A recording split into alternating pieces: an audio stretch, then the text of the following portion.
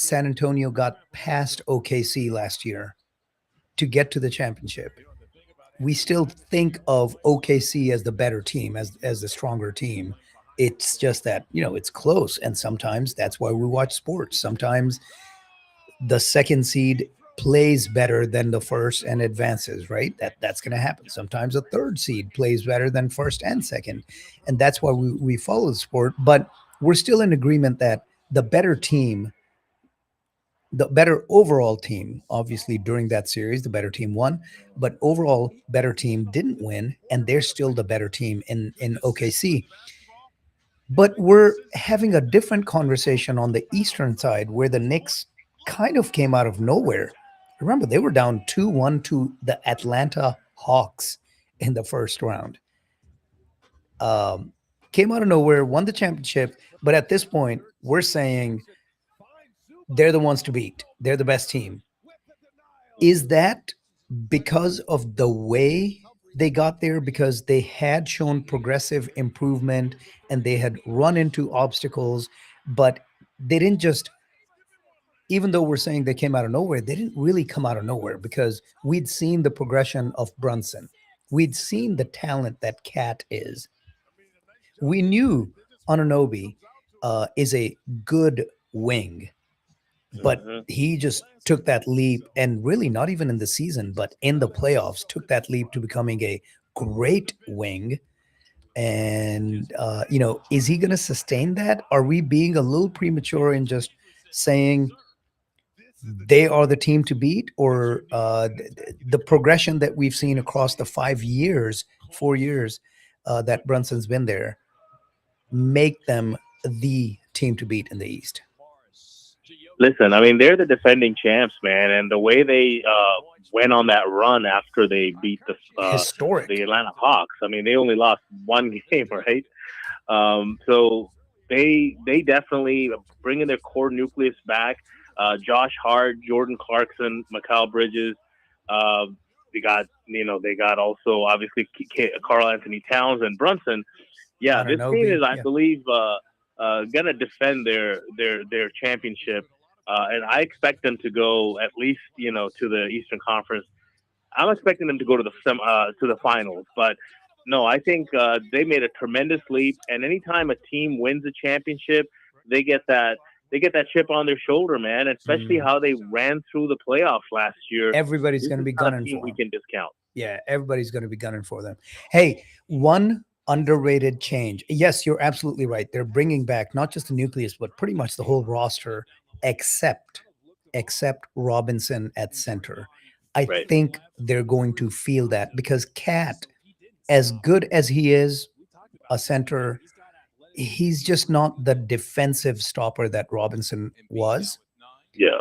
And not to mention, remember, he didn't just leave the Knicks. He went to Boston.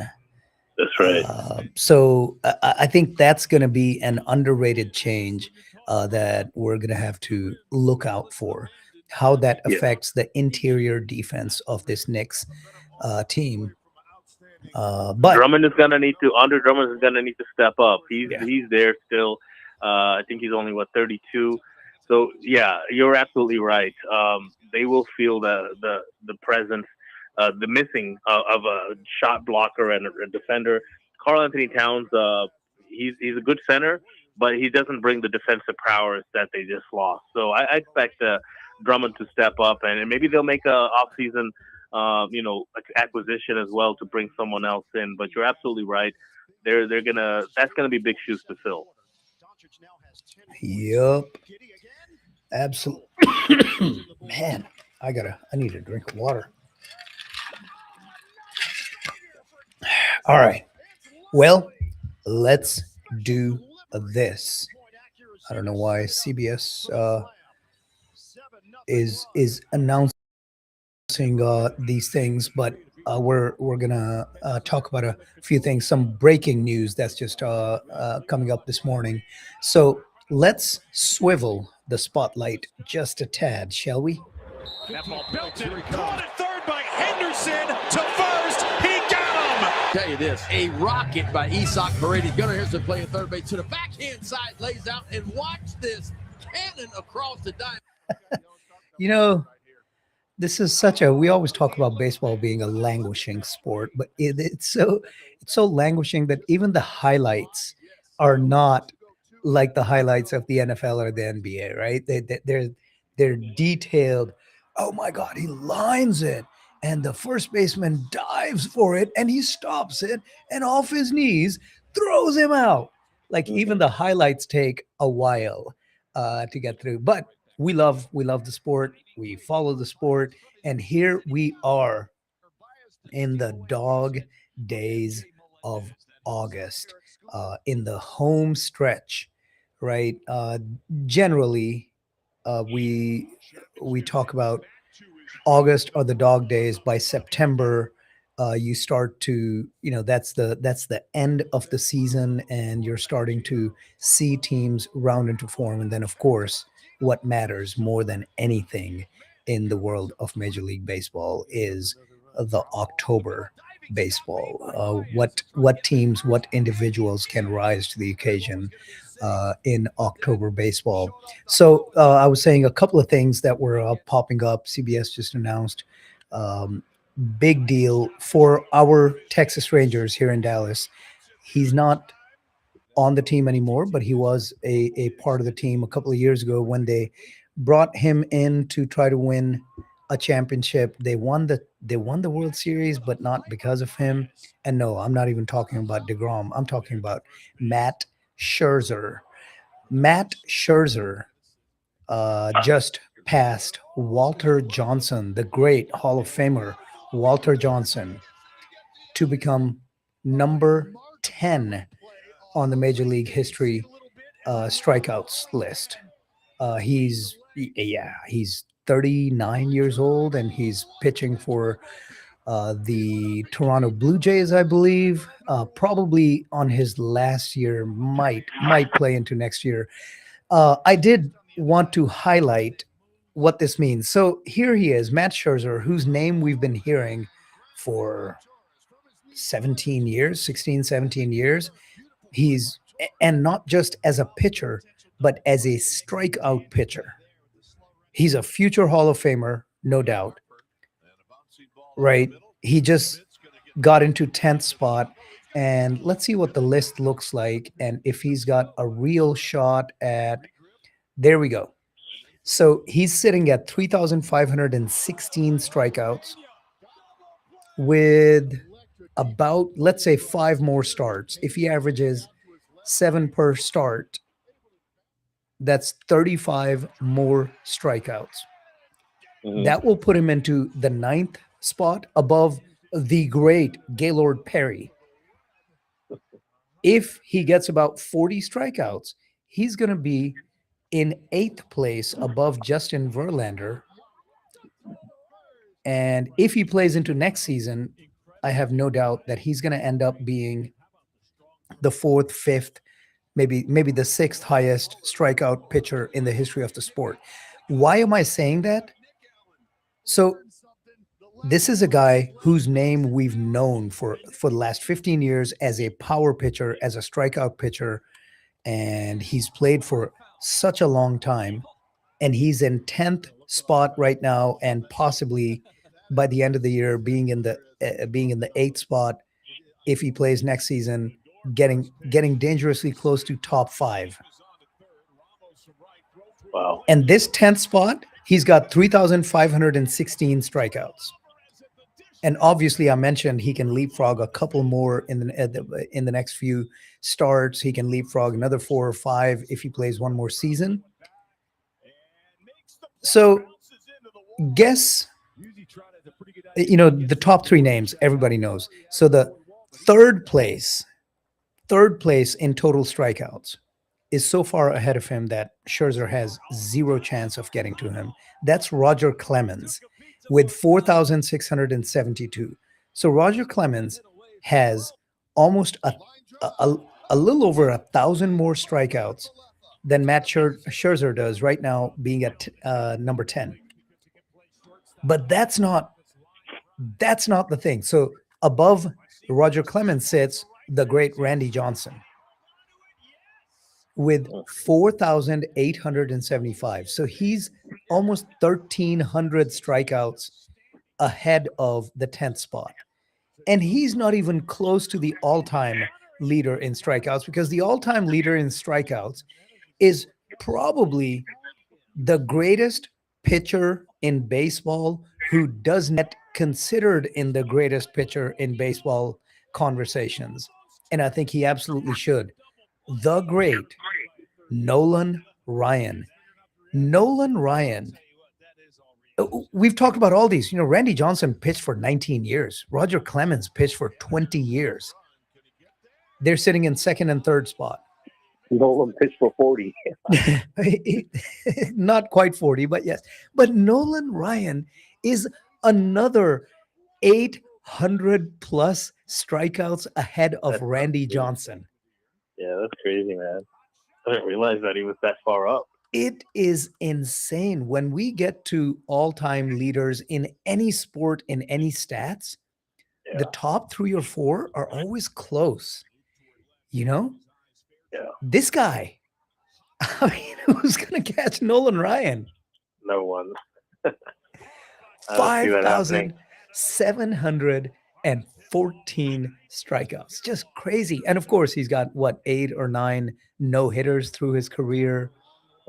He had a bad ERA, which obviously meant not the best win-loss percentages. But boy, oh boy, what he did, for how long he did, for how many different teams he did.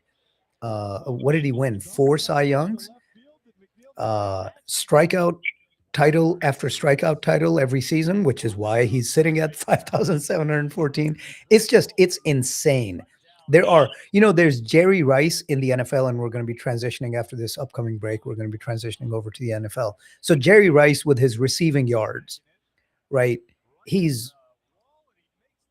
It's almost uncatchable, but the game is changing to the point where maybe, first off, we've added another game since Jerry Rice's playing days. We're talking about possibly adding one more game over the next 5 years.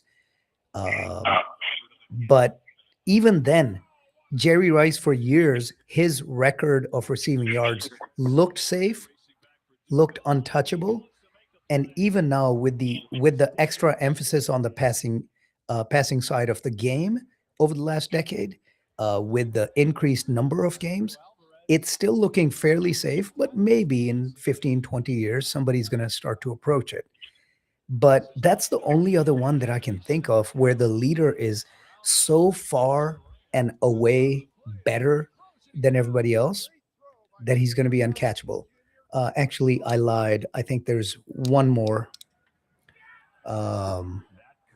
in the game of baseball while we're on that topic. Ricky Henderson and his steals record.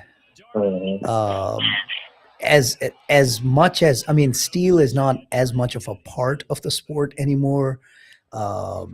But also, we just haven't seen anyone as good as Ricky was. And again, he played for 22 some odd seasons, and even at 38, 39 years old, 40 years old, he was a productive leadoff man, getting on base and stealing bases.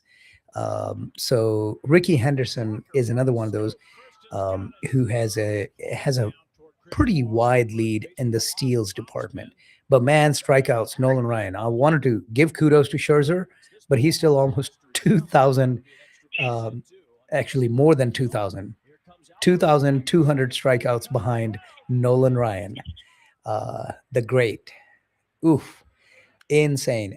All right. So other things from the world of baseball. So I'm going to go to our local Rangers again. The Rangers have been making some noise. They went into the All-Star break having overtaken first place from Seattle. Seattle has kind of floundered since then. The Rangers took over. Houston, of course, who have been at the top of the AL West for the most part over the past almost decade, had been floundering. Their pitching is really, really bad.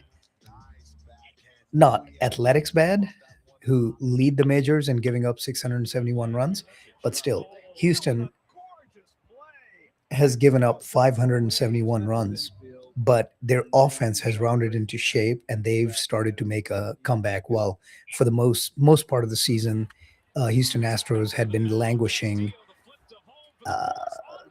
roughly 10 to 15 games below 500, but they've gotten really hot, and then they swept the Rangers after the All-Star break to leapfrog them and take the lead in the West. But the Rangers, off of their 4-game win streak, are sitting just a half game behind and looking to beat the Baltimore Orioles today for a 3-game sweep. And if that's coupled with a Houston Astros loss, the Texas Rangers, your Texas Rangers, are going to be back in first place by the end of today. And they've got a very, very favorable schedule coming up. They've got the Athletics, possibly one of the worst teams in the league, for a bunch of games. They've got the Angels, one of the really bad teams, coming up. They've got let's see.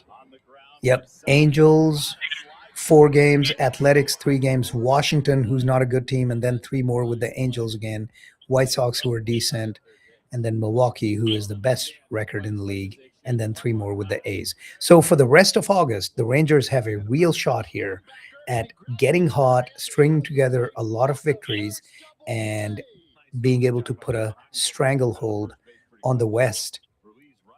And as they proved 3 years ago, once you get into the playoffs, anything can happen, as the Rangers snuck in as a wild card 3 years ago and rode it all the way to the World Series championship. Can the Rangers fans hope for the same this year? Yeah, they can. Will it come to fruition? Who knows? That's why we play the games, right, Manny? Absolutely. All right. So they're doing good. I mean, the fact that we're second place right now and have a chance to tie the Astros or actually go past them after this game today, that's really a good place to be. Yeah. In August, in the second week of August, yeah, that's a good place to be. So August is where money is made. September is where teams are made, and October is where the legends are made. We'll take a short break, and then afterward, we're going to swivel the spotlight again a little bit, talk about another sport of the king of sports. Yeah, we're going to talk about that. You're listening to the Sports Spotlight with Rizwan and Manny. This is Radio Azad, streaming in Dallas-Fort Worth and all around the world. आप सुन रहे हैं radio आजाद, हम सफर Hamzad, radio आजाद।